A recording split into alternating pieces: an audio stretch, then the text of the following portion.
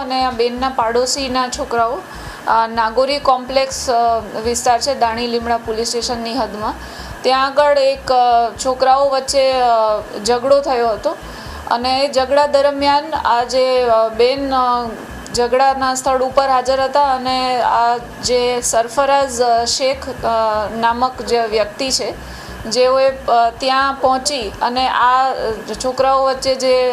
બોલાચાલી ઝઘડો થયો હતો ત્યાંના ફોટોઝ અને વિડીયોઝ ઉતારવાનું શરૂ કર્યું હતું. તે દરમિયાન આ બેન ત્યાં જગ્યા પર હાજર હતા અને આ ભાઈ જ્યારે ફોટો વિડીયોઝ ઉતારતા હતા એ વચ્ચે આ બેનનો હાથ પકડેલો હતો. જે બનાવમાં ત્યારબાદ બેનનો હાથ પકડ્યો એ બનાવ દરમિયાન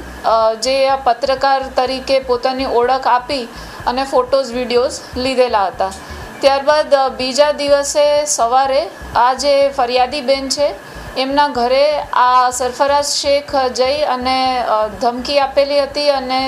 પોતાની પત્રકાર તરીકેની ઓળખ આપીને એવું કહ્યું હતું કે તમારા ફોટોગ્રાફ્સ અને વિડીયોઝ જે આ બનાવ સમયે મેં ઉતારેલા છે,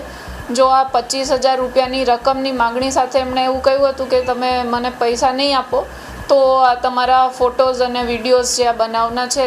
એ હું સોશિયલ મીડિયા અને અન્ય વેબસાઇટ ઉપર અપલોડ કરીને વાયરલ કરી દઈશ.